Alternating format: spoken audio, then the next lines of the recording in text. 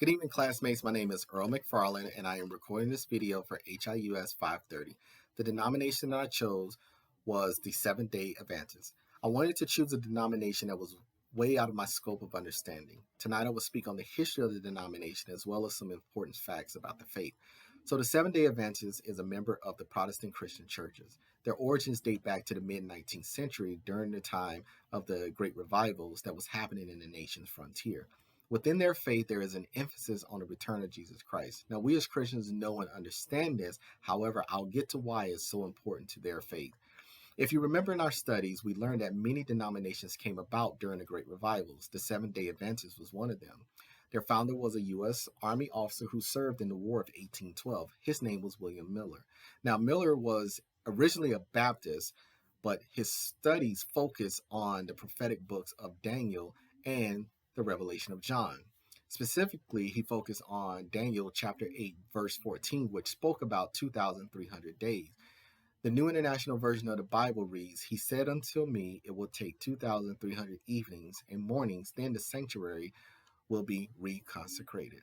Miller took that scripture as a warning and predicted that Jesus Christ was returning soon, like during his lifetime. Miller began preaching and rose to become a prominent leader within the faith. He narrowed his prediction of Jesus Christ returning to March 21st, 1843 and March 21st, 1844. The Seventh-day Adventists did get some excitement when a comet was seen in the night sky during March of 1843. However, Jesus didn't return that night. And when Jesus didn't return, Miller left the faith and admitted that his prediction was an error. Not to be deterred, the Seventh-day Adventists continued with their belief after Miller left, and a follower by the name of Samuel Snow predicted Jesus Christ was returning on October 22nd, 1844. Again, Jesus did not return. Now, I want to take a moment before I continue to point out that the Bible actually says in Matthew chapter 25, verse 13, and the New International Version reads, "Therefore keep watch, because you do not know the day or the hour." I bring that up because you would think that they will understand that after reading that verse. However, it shows how some denomination can take part of the Bible and just run with it. The second prediction failure is known today by the faith as the Great Disappointment. However, they continue to believe in Miller's prediction, which is the foundation of their faith. And today there are more than 14 million members in over 200 countries. They still believe Jesus is returning. They just don't give a specific date anymore. So to fast forward in time, here are some of the things / restriction that members of the Seventh-day Adventist faith abide by.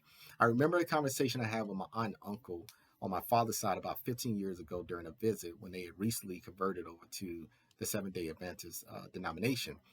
And from those conversations, I learned that the Seventh-day Adventist women do not wear makeup as they believe in modesty. And the women also wear head coverings during service. They can wear jewelry, but it's usually discouraged.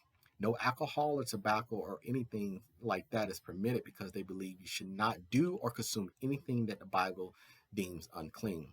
They don't celebrate Christmas, and they are discouraged from drinking coffee or anything that has caffeine in it. So if I had to address some importance of the Seventh-day Adventist denomination, I would say the modesty of the women is a positive because of how much sex is displayed in media today. There's a total saturation of it, and many may say is quickly leading us to that cleansing that the early Seventh-day Adventists spoke about. No alcohol, tobacco, or anything that the Bible deems unclean. I feel that is also a positive because we have gone so far away from the teachings of the Bible. Some have twisted the words to fit their level of comfort. I'm sure some of us have have heard Christians say, well, that was the Old Testament. Everything changed after Christ. However, we are free to interpret the Bible as we see fit. History has shown us that such interpretations have led to many denominations as we see today. Thank you so much for watching my video, and I look forward to reading your replies. God bless.